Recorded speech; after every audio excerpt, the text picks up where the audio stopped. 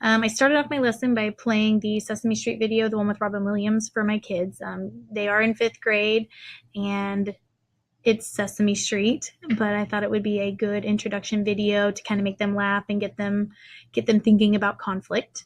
And then after that, after the video was finished, we talked about conflict and how it is everywhere. And even though you're in school now, when you become an adult, conflict is still going to be there, and you still need to know how to handle it. We then went on to talk about the 3 specific steps for conflict management, and I used an anchor chart that I made. I had it hanging up at the front of the classroom so that way my students could see it and we could refer to it throughout the lesson.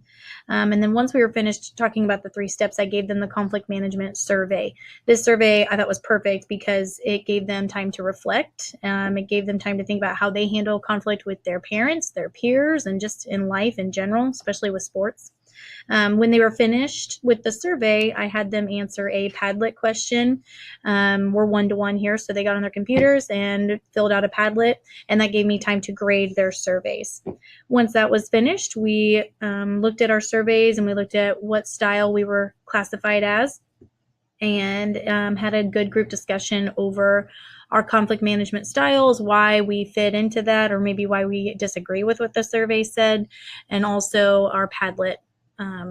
Just good reflection and good discussion. When we finished the discussion as a group, we started role playing. So I had my students give me different scenarios that they would run into conflict with, whether it was at recess or in the classroom or at home, with their baseball team, whatever it was.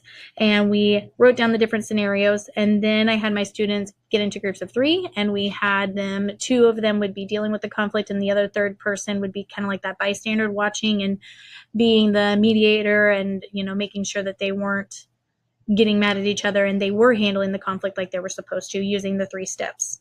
And then they rotated. This class of mine is very boy heavy, and they're very competitive, and they tend to get in a lot of arguments at recess. So having them role play really helped them think about, how impulsive they are with their words and their behavior, and how when they get angry and upset, they need to just start taking a breath and calming down and maybe walking away and then coming back and handling the situation later.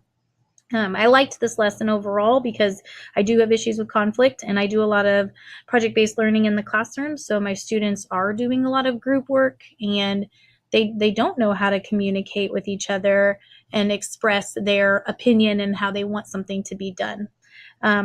By doing that survey, it made my students a lot more aware of their conflict styles, and just very eye-opening, I think, for them, other than just saying, oh yeah, I got into a fight with my friend. So now they know how they handle conflict, what things they need to do differently, and yeah, it was a good lesson overall.